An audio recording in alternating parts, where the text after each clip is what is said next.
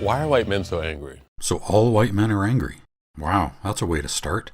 Don't you think you maybe should have said what you mean by angry, or heck, what you mean by white? Not just jump into the deep end like that? Oh well, that's a pretty exceptional claim, so I'm pretty sure you're going to have some interesting evidence to back that up.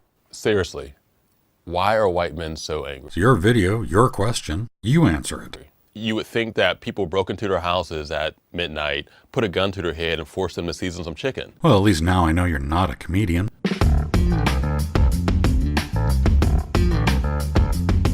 White men exist in a country where they receive perpetual validation. Yeah, I know what you mean. I can just smell all that validation. They run all of the Fortune 500 companies. Wait, what? In June 2017, Fortune magazine published an article where they analyzed the demographics for 16 Fortune 500 companies.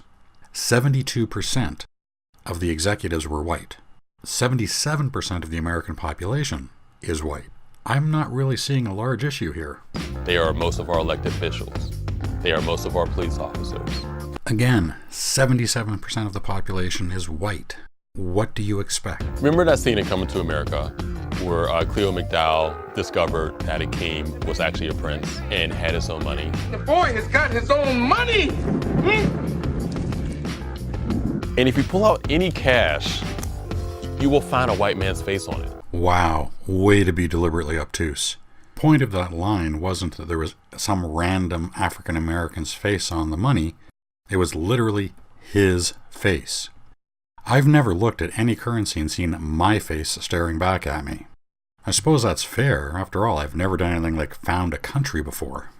Like, how can you be angry if every time you look at money in your country... Hold on. Do you think we all look the same? Your face is on it. America is basically Wakanda for white men. Really? You think that America is a radically xenophobic white ethno-state ruled by a monarchy where the succession is subject to trials by combat? That's what you think? White men are amplified and celebrated and honored so frequently that it is literally news when an honor is extended to someone who is not a white man. Yet despite all of this, they are our angriest firefighters, our angriest accountants, our angriest hipsters, our angriest presidents. And it's like, yo... Man, I'm starting to sound like a broken record here. Once again, 77% of the population is white. That's why you see most firemen, accountants, and hipsters being white. Really, you could keep the hipsters. They're sort of annoying. Anyways, let's take a look at your examples. The fireman doesn't look angry. He's neutral. He's not happy or sad. He's just standing there trying to look like a fireman. The accountant, well, it's more frustration than anger. I guess credits and debits aren't adding up for him. The hipster, he looks bored and supercilious, and that's pretty much a default setting for hipsters. Okay, Trump, I gotta give you credit on Trump. He does project anger a lot. Whether he's actually angry or there's an act doesn't really matter. He's the president of the United States. Anyways, let's continue. But why the hell are you all so angry? Every week, it seems like there's a new national instance of white men taking their anger out on innocent people. White male anger looks like Dylan Roof. Dylan Roof is exactly where he belongs, on death row. The only way he is ever getting out of jail is in a box, and I'm good with that. That's not where you went with this. You went with group guilt. A member of arbitrary Group A committed a horrific crime. That is indicative of the attitudes of all members of Group A. Okay, I disagree with that entirely. I happen to believe that an individual is responsible for their actions, and that's the only person that's responsible. You can't assign group guilt for individual actions. But, you know what? Let's play fair. Let's see what it's like when your standard is applied to you. Take this fine gentleman as an example. Fine, upstanding citizen, right up until the time he shot and killed his ex-wife and their 15-year-old son. Following that, he streamed online to brag about it and state that he had no regrets, he'd do it again, and he felt good. Or there's this group of charmers. They kidnapped and tortured a mentally challenged man. They did it because he was white. We know this because they streamed the whole thing online, and as they were torturing him, were busy chanting out, "Fuck Trump and fuck whites." So, how does it feel to be guilty of these crimes because of a shared arbitrary group membership? Well, you know what? It doesn't matter. you'll find some way to rationalize that it's not you, it can't be you, it's only the white people that are like that. Okay, you know what, let's carry on. You're starting to disgust me. Male anger looks like a police officer shooting Stephon Clark 20 times while he was unarmed in his backyard. I didn't think you could go any lower than guilt by association using Dylan Roof. Well, you proved me wrong. That's pretty impressive. Listening to your account of the tragedy of Stephon Clark's death, it would appear that Stephon Clark was standing in his backyard and two white racist cops wandered by and shot him 20 times for no reason. Well, that's not what happened, actually. It's not even close. Let's start off with the obvious factual errors in your statement. Stephon Clark was shot 7 or 8 times, depending on which coroner's report you read. There were 20 shots fired. He was hit 7 or 8 times. Secondly, it wasn't his yard. It was his grandmother's yard. And it's also irrelevant because the police had no way of knowing at that point in time who he was or whose yard it was. I don't expect anybody to take my word unsupported for this. So what I did is I went to the Sacramento Police Department's YouTube channel and I downloaded all the videos relating to Stephon Clark. There's 53 of them. I went through them all and I ended up selecting 4. One is a body camera from one of the officers involved in the shooting. The other is the night vision camera from the helicopter, and then 2 body cameras from responding officers after the shooting. I synced the video's time codes. It's about a 5.5 minute video that I put together showing from approximately a minute before the shooting to about 3.5 minutes following the shooting. I chose that time frame because it actually shows the full range of the responses of the police. Additionally, there's a portion of the original 911 call at the very beginning. I chose these videos and that particular audio clip because it shows what the police knew, when they knew it, and what happened in the immediate aftermath of the shooting. I was very conflicted about putting this video in, but the only way that I know to combat a lie is with the truth, even when the truth is unpleasant and ugly. So the video is in. I'll provide a link before the beginning of the video, so if you don't want to watch it, and honestly I don't blame you if you don't, so that you can just skip over it. And you'll go right to where I offer a commentary on that video, so it'll just basically be a summary of what the police knew, when, and how they act. Were the police right? Let's hold that question till after the video. Anyways, here's that link. I'll pause it for a couple of seconds, and then we'll play on. Hi, what's going on there? Yeah, it's guys going down the street breaking windows of cars. He busted both my truck windows out. He busted in people's backyard right now, across the street from my place. He busted 2 of my windows out and he broke the car's window out across the street from me. Okay. Cornered in people's backyard right now. Okay. Right here right now. He's still back there. He's trying to get over the fence. He can't go anywhere else. His dogs are all the way around him right now. Okay.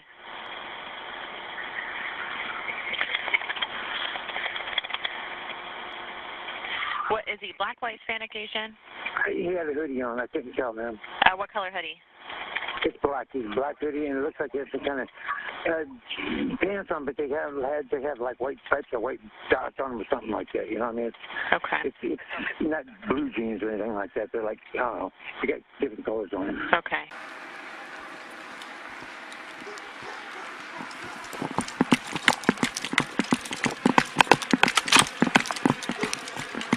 Just broke the window, running south, running to the south. 4982, are going on. Take off right now, let's get back on that. So let's get more units back up. Running south, he just broke the window, I believe, on the house. But he's one house to the south right now, gonna run. Okay, he's running towards the front yard. All I can tell is he's got a hoodie on. He's running towards the front yard of 29th Street. 29th Street. He's looking into another car that's in between the fence and the front yard. Over here. Started running at Scott, so it looks like might be getting one at gunpoint. Hey! Show me your hands! Stop! Stop! 5-7 south.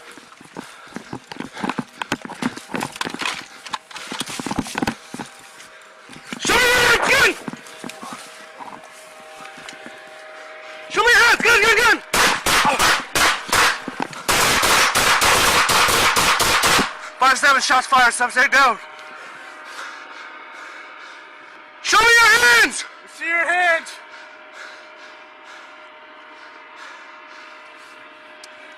5-7, he's down. No movement. We're gonna need additional units. Come in from the west to east of this yard. Let's see your hands. You all right? You hit? Yeah, I'm good. All right. He was still pointing. Oh shit. When I saw getting, you all right, dude? Yeah, I'm all right. I don't think I'm hit or anything.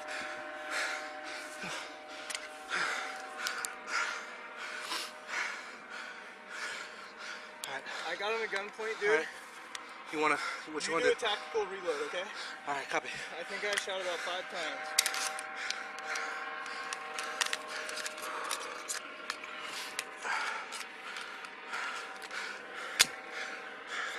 Stand by. Stand by on that. He's still down. He's not moving. We can't see the gun. You good? Yeah, I'm good. All right, I'm gonna reload. All right, okay? go. I got you. Go. You got a light on him? Got him. Negative. Neither one of us are hit. We're okay. Suspect's down.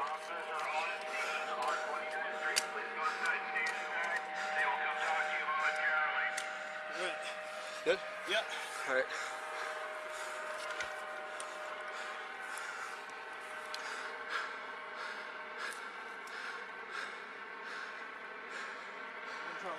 There's an older model, looks like Chevy.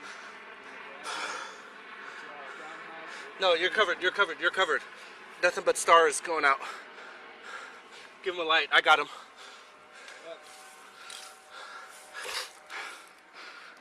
Everybody good? Everybody good? We're good. We're good. Slow it down. Slow it down. We're good.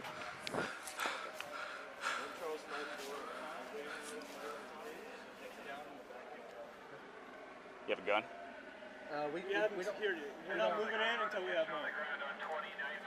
We don't have it. Do you see it? I don't see it. He hasn't moved at all. Let's. Right now,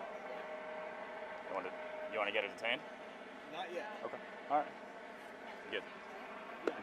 He's got one hand by his face.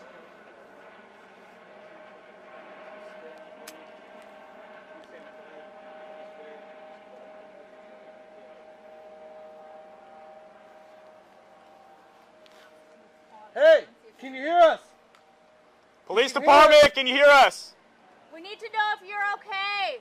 We need to get you medics, but we can't go over there to get you help unless we know you don't have a weapon.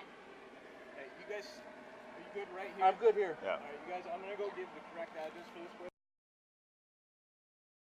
If you made it this far, I once again have to apologize for the necessity of having that video. The question really becomes, did the police act in a justified manner? And the only way to evaluate that is based on what they knew at that moment. At that moment, they were very confident that they had the correct subject because the helicopter had zeroed them in on him. They did not know his ethnicity. They knew he was wearing a black hoodie and some non-jeans, so track pants of some type. That's really all they knew. That's it. He turned towards them, raised his hand with an object in his hand. Well, at that point, they have a decision to make. They can't avoid the decision. Do they open fire or not? What are the possibilities? One possibility is that whatever in his hand is innocuous and harmless, and perhaps continuing to shout instructions at him will have an effect. The other possibility is that it's a weapon and the officers are about to come under fire. Third possibility is he breaks into the house, tries to take the occupants hostage, possibly injuring or killing them. Fourth possibility is that he takes off running again and the situation becomes unstable and unpredictable, thus more dangerous. Given what they knew at that point in time, as terrible as it is, I think they did the right thing. In hindsight, it was completely wrong. But that's hindsight. You can only evaluate them based on what they knew at that moment. Okay, let's press on. As distasteful as it has been dealing with an individual who will use a personal tragedy for personal gain and to push a narrative, I think we should finish this. Why white men are so angry. That's the question that you were going to answer at the beginning of this video, remember? Does this mean you don't have an answer? But what is the end game of this anger? What is their ultimate purpose for stockpiling all these weapons? What is their ultimate reasoning for marching with tiki torches on college towns? You will not replace us! There's a technical term for these people. They're idiots. Okay, to be more exact, they are racist, white, ethno-nationalist idiots. This march represents the high tide of white ethno-nationalism in the States in the recent past. It comes down to 300 or 400 idiots wandering through the night with tiki torches, chanting stuff that they probably don't even understand. I know, you've got this thing about group accountability. So in your mind, these few people out of the entire population of the US, you think represent the average white person. Okay, so by your standard, these few African Americans represent all African Americans. Get fried like bacon! Pigs in a blanket! Fried like bacon! I didn't say it, you did. This is simply me applying your standards to you. We know the answers to these questions. Oh, please. You haven't even defined the question. There's no answer here. You're just running off about guilt by association. Which is why when we're asking why are white men so angry, what we're really asking is there a way to insulate ourselves from this anger? And will the anger of white men eventually kill us all? Oh, the only thing you've actually shown throughout this entire video, Damon, is that you have an amazingly well-developed ability to assign guilt and characteristics to a group based on arbitrary characteristics. In other words, Damon, you're a racist. Congratulations. Shameless self-promotion incoming in 3, 2... As always, everyone, if you liked the video, hit the like button, subscribe, leave a comment, and share it around. If you didn't like the video, subscribe anyways. You might like the next one, but definitely leave a comment. Have a great day, everyone.